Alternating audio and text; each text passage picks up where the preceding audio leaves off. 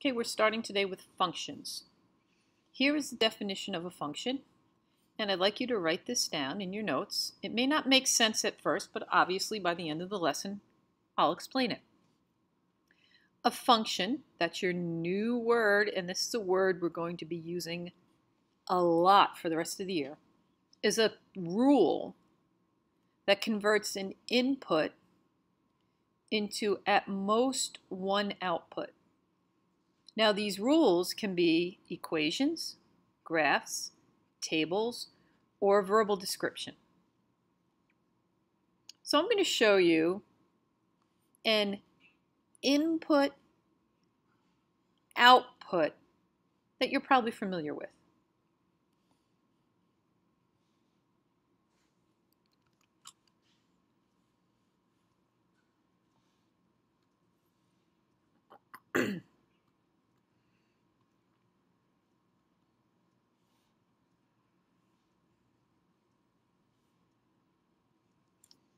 All right, I have a little input-output box. So right now, 1 is going into the box, and a 1 comes out of the box. 2 goes into the box, a 3 comes out. I put a 3 into the box, a 5 comes out. I put a 4 into the box, a 7 comes out. So we have some kind of function going on here. We inputted, a rule of something happened, and we got an output. So this is what happened. We inputted 1, we outputted 1. We inputted 2, we outputted 3. We inputted 3, we outputted 5. We inputted 4, we outputted 7. If inputted and outputted are words. But anyway, we're going to do math. We want to find the rule. What changed 1 to a 1? What changed 2 to a 3?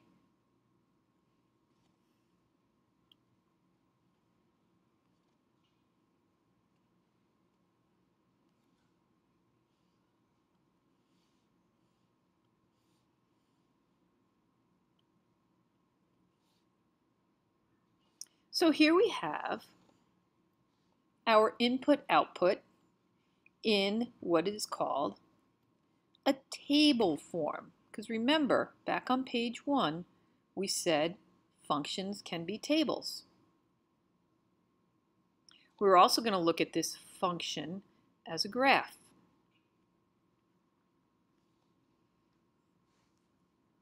So the first thing I want to do is I want to graph this. When I put in a 1, my answer was 1. When I inputted 2, my answer was 3. When I inputted a 3, my answer was 5. And when I put a 4 in, my answer was 7. All right, so I'm going to go back to that first page and I'm going to grab the definition of a function.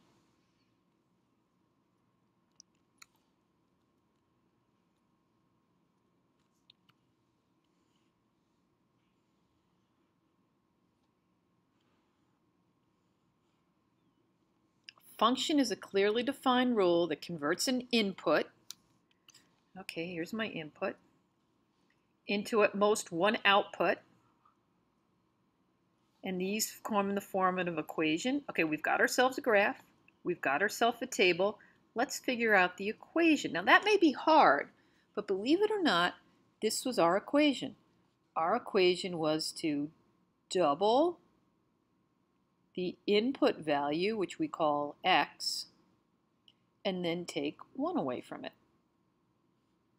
Double 1, which is 2, take away 1 is 1. Double 2, which is 4, take away 1 is 3. Double 3, which is 6, take away 1 is 5. Double 4, which is 8, take away 1 is 7. Now, you don't have to worry about, Mrs. Shawn, where'd you come up with that 2x minus 1 from? We're going to learn that later on. But this is a function.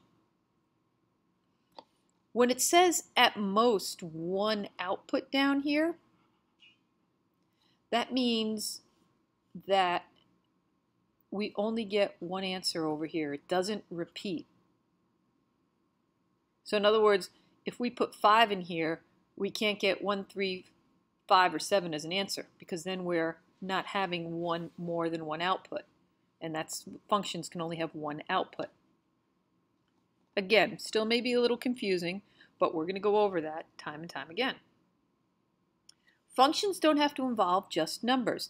They have to return a single output for a given input.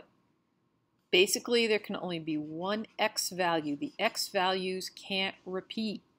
We kind of make it a joke in middle school. We say the x's can't double date.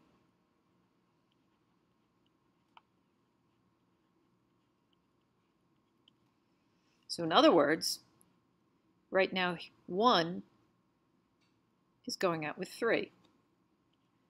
2 is going out with 4. 3 is going out with 5. And then all of a sudden 1 is now matched with 7? See how the x value here was matched with 1, and then the x value of 1 was matched with 3, and then the x value of 1 is matched with 7? That's double dating. He can't go out to lunch with number 3 and then go out to dinner with number 7. This is not a function because there wasn't a single output for every given input. See, when I inputted 1 here, I got 3 as an answer, but then when I inputted 1 here, I got 7 as an answer. So which one's the right one? It's not a function. You can only have one. All right, so are these functions? Let me change my pen color here. So I'm going to change it to nope. Let's change it to red. So in order to be a function, the x's can't repeat. So in this case, we look at this is the x because it's the input, and this is y, the output. Do I have x's that are repeating here? Do I see another Max? Nope. Evan? Nope. Zeke? Rosie? Nico? This is a function. The x's don't repeat. How about this? These are my x values and these are my y values because I'm moving from the triangle to the circle. I'm moving from the rectangle to the circle.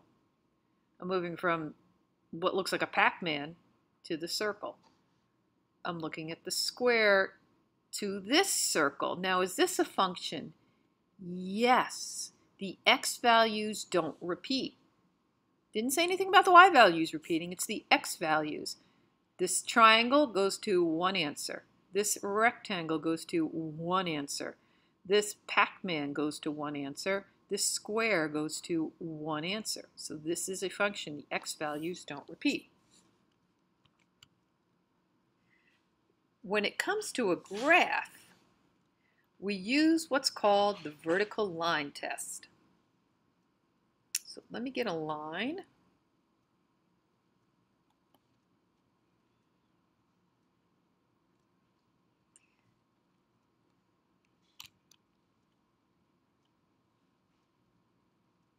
All right.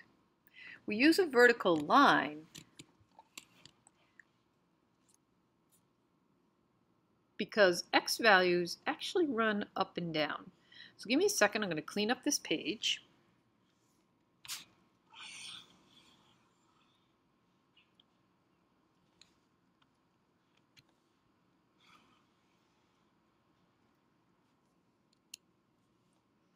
I'm going to bring this graph up here, and I'm going to ask you, is this a function? Well, you take your line, and I look. This is how I see if my x values repeat. Does this green line cross my red line anywhere twice? No. So this is a function.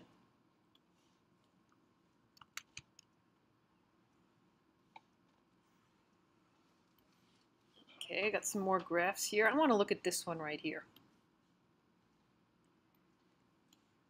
Is this a function? Well, I'm going to take my line and right here, it fails the vertical line test.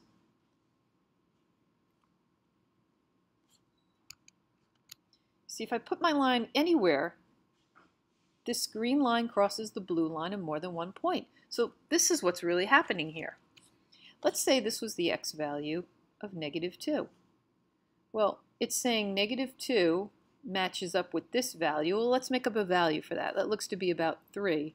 But then it says -2 also matches up with -3. It's double dating. It's a player.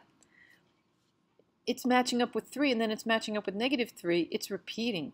It is not a function because there is not a single answer for every single input.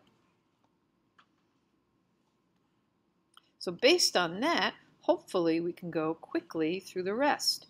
Is there any place where this green line crosses that half circle twice? Nope. So this is a function. This was not a function.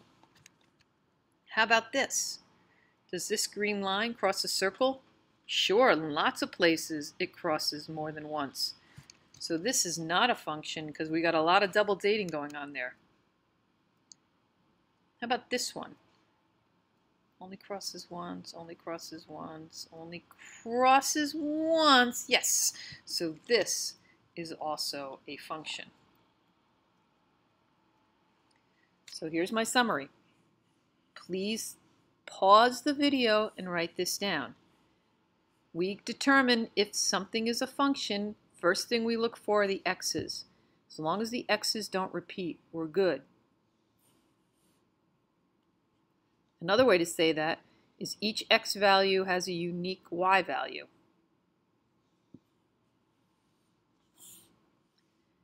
A graphical representation passes the vertical line test. That's what we were doing. In other words, if we have a graph and we don't have the numbers listed for us, we do a vertical test to see if it crosses more than once.